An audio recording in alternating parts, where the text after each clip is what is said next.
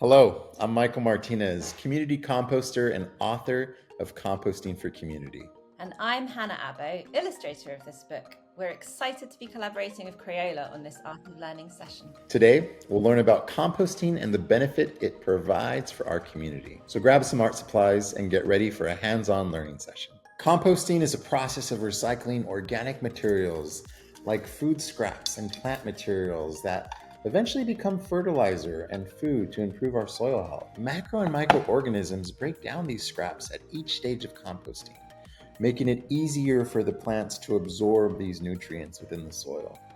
If this organic material went into the trash, it would just end up in landfills, which does not really help the soil. When food scraps are mixed with other trash, it can create an unsafe liquid that can harm our water. And when food scraps are also in landfill, they release a gas which we call methane. This traps heat in our atmosphere, causing the Earth's temperature to increase. Composting enriches soil, which promotes new plant growth, which reduces greenhouse gases. This story was inspired by my love of composting. I learned about soil health at a very young age in my grandfather's garden. I would see beautiful vegetables grow in dark, rich soil, and oftentimes I would turn over rocks and just see the soil teeming with life, which really sparked my curiosity about this life underground and how it contributed to healthy food. As a former elementary school teacher, I love sharing stories with my students on ways they could immediately impact their community at the local level. And I started an organization called LA Compost, where we work with people and other organizations across our city to encourage composting at all levels. Wow, Michael, that was some great information about composting. Now, I'm sure our viewers are eager to get creative and think about what sort of materials they can think about composting. We're going to create a collage of the types of food scraps and plant materials that can go inside a composting bin. Kids could even keep this up somewhere in their house to remind themselves and others what kind of things can be composted. We're going to start by drawing some nice pink wriggly worms to go on our compost. I'm using a couple of different colored pencils to basically scribble a base color. You can use crayons, pencils, markers, even watercolors, whatever you like really, to create some nice light pink texture. And I'm just gonna do this for a minute. I'm just switching out the colors to get some variation for those worms. Okay. And then when you've created a base texture, you can pick either a marker or another pencil and just draw the shape of your worm over the top. So I'm going to do a nice long wriggly one. And then I'm going to draw some lines along the body like this.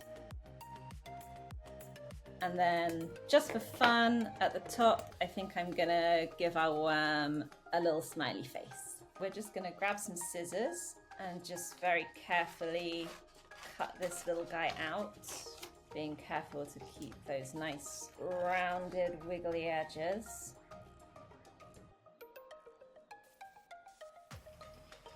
There we are. One worm, and you can obviously do as many as you like. Then you can use whichever materials you like, a mixture of crayons, pencils, markers, pastels, to create some more fun pieces of food scraps to go on your compost bin. So I've used lots of different materials here, create some banana peel, some pieces of cucumber, some onion peel, some leaves, an avocado pit. Yeah, do as many as you like and get as creative with the colors as you like as well. The brighter the better, in my opinion. Once you've finished with your collage pieces, you also need to create your nice earthy background for them to go on. Now for this one, I used a mixture of watercolor pencils, which I then mixed with water to create like a big wash over the whole paper. And then I used lots of different brown crayons of different shades and just scribbled over the top of it to create a really nice dark, rich, earth. Once you've done that and everything's dry, you can start laying out all your pieces and deciding how you want them to look. Normally I would go for some bigger pieces on top, on the bottom, and then just start layering them over. And it's nice to get like a mixture of colors all around. And you can put some pieces under, some pieces over. I'm going to save our worm till last. Here's some onion peel or carrot peel, up to you. Some more leaves. Another cucumber. Here's our avocado pit. We've got 2 more worms to put on. So I'm going to put the worm that we made first in the center position here.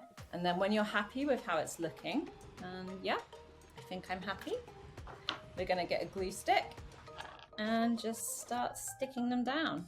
When I was creating the book with Michael, it was really fun to think about all the different things that could go in a composting bin, and also all the different colors that we could fit in. If you want to create some even brighter stuff, I think the banana peel is great.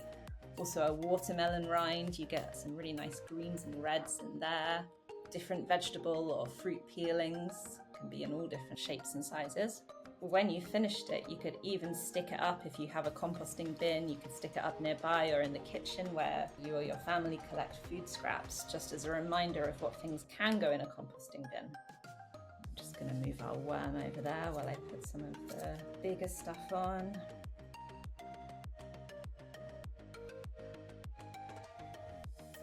And last but not least, we'll get our little worm friend right in the middle here. And there we are. We have a fun collage that also reminds us what we can compost. Well, Hannah, what a great illustration. Here are a few ways you can reduce waste and improve soil health in your community. First is buy only what you need to prevent food from being wasted in the first part. Another way is to research community composters and community gardens that exist in your community. If you can't find one, perhaps you can help get one started. You can start composting at home. You can pick a bin that works for you. You can compost with worms, or just like our character in the story, you can build a custom bin to start your journey towards building soil health. The biggest thing is you can share this information and the benefits of composting with others in your community. Our soil, just like communities around us, are full of life. It deserves our care, respect, and protection, and it can start with you. Be sure to check out the other Art of Learning videos that encourage you to draw and use your creative voice. Thank you for joining us today. We hope you enjoyed learning about composting. Goodbye. Bye.